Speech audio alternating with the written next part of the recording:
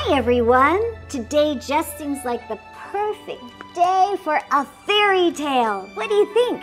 And today I brought one along called Dragon's Breath. Yeah, this is written by two authors. It's co-authored by Menge and Judith Mashtalier. Yeah, and I'm just so excited. Do you want to find out what this is about? Well, let's start. And just like most fairy tales, this one starts the same way. I think you know it.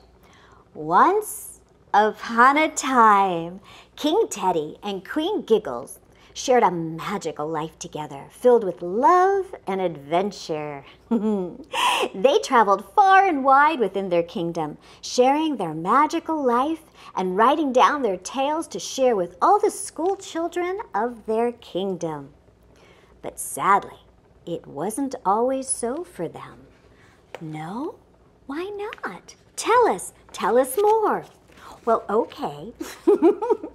You see, for many years, they lived separately in different worlds.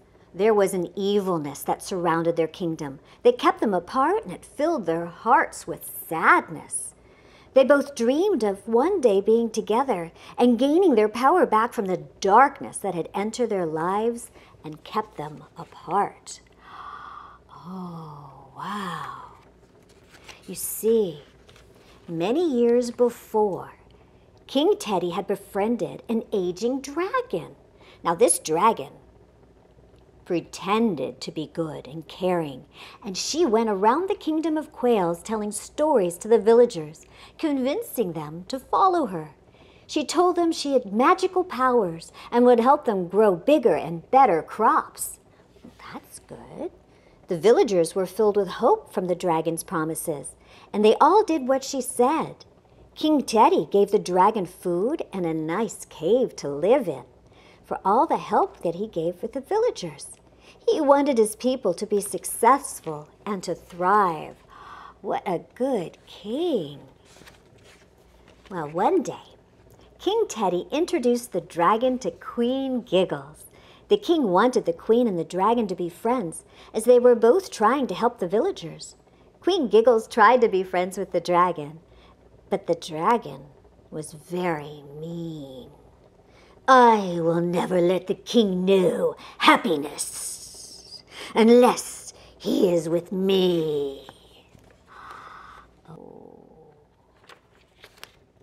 The dragon became angrier and angrier as she realized how much the king loved his queen. He was devoted to her, and this made the dragon feel left out. And she was afraid that he would stop making her so important in the kingdom of quails. Look at her. Look at her. She's like brooding in the background. Can you make brooding sounds? Now, the dragon was not powerful enough to blow fire in her anger, but when she huffed and puffed, big bellows of black smoke came out of her nostrils. So late at night, the dragon would huff and puff and blow smoke all over the kingdom of quails. Ew, I don't like smoke. Look, even with my fire, as warm as it is, I opened the flue so the smoke goes up through my chimney.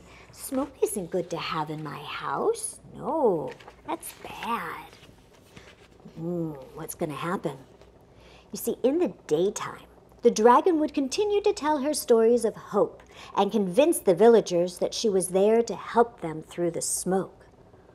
The black smoke soon covered all the crops and flowers and cast a darkness around the kingdom that made the king and queen and villagers very sad and hopeless.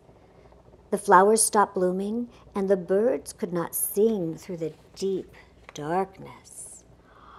What?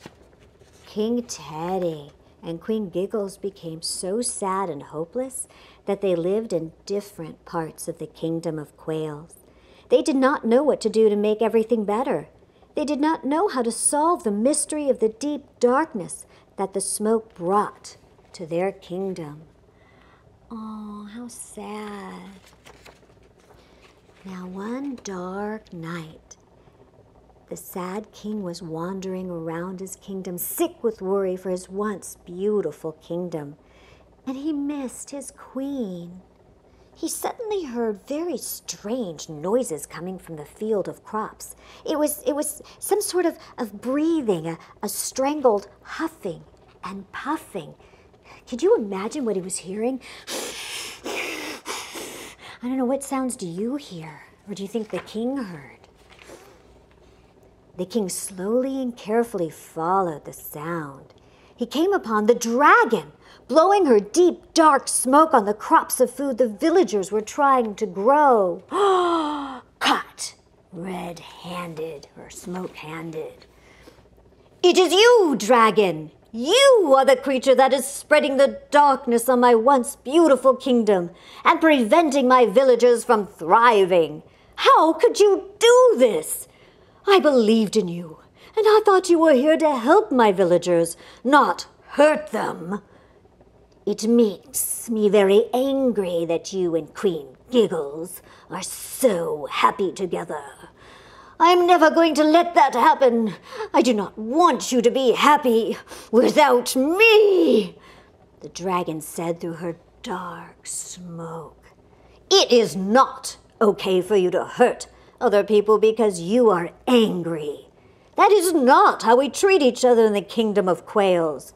You need to leave and never come back.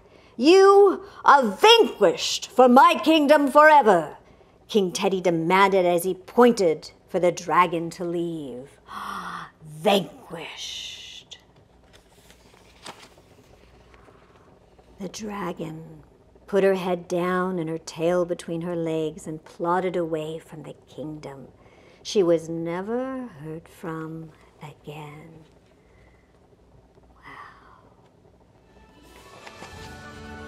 The kingdom of quails soon returned to its beautiful self. The flowers bloomed, the birds sang their melodies, and crops grew and flourished, and the stars sparkled brightly each night.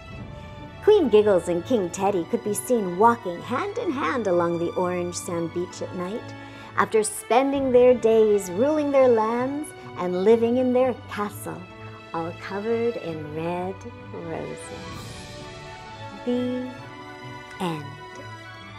Wow, what a great fairy tale. Kings, queens, castles, and jealous, deceitful dragons, right? Those aren't good things to be. It's a good thing she got vanquished, sent away. Well, I hope you liked today's story. And if you want to learn more about our co-authors and where to get more of their books, she's got like a library of books. I'll put her information up next. And don't forget to like and subscribe below so you don't miss out on any Dina Sherman, that's me, stories and more. Ooh, this is a warm fire.